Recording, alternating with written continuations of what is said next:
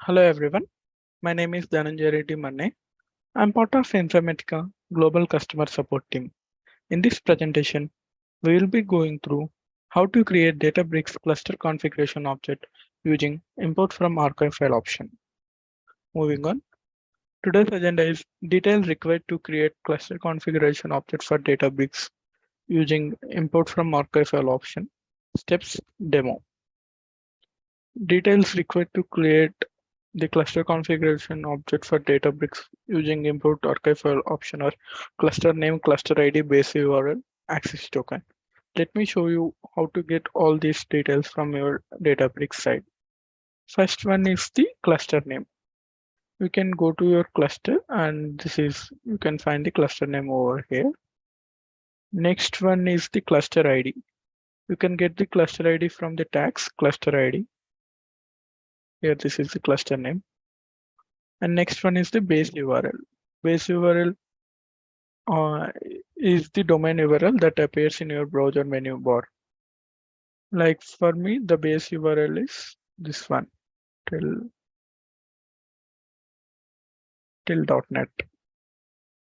And you can create access token from user settings, generate new token. I've already created one. Moving on to the presentation part. Next step, first we need to create a .xml file with all the above mentioned details. Then we need to create a GIF file for that XML file, and then we need to use the GIF file while creating the system. I have already created one XML file with the details. The cluster name, access token, I will replace cluster ID, the base URL. Let me replace the access token. I have replaced the access token and this is my XML file. Let me create a GIF file to this. I have created the GIF file. Now let me go back to the admin console and create new CCO,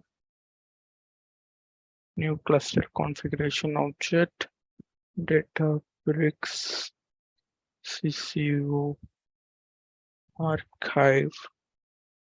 You need to select the distribution type as Databricks and you need to click on input from archive file and you need to browse and you need to select the GIF file.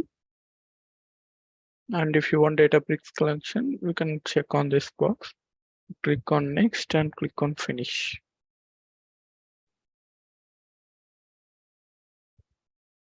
As you can see, the Databricks connection has been created and you can change the distribution to the distribution of the cluster. Moving back to the presentation. Yeah, the demo part I have already covered. And you can go through this documentation for more details. We would like to hear from you on our social media handlers. Please give us your valuable feedback over there. Thank you all.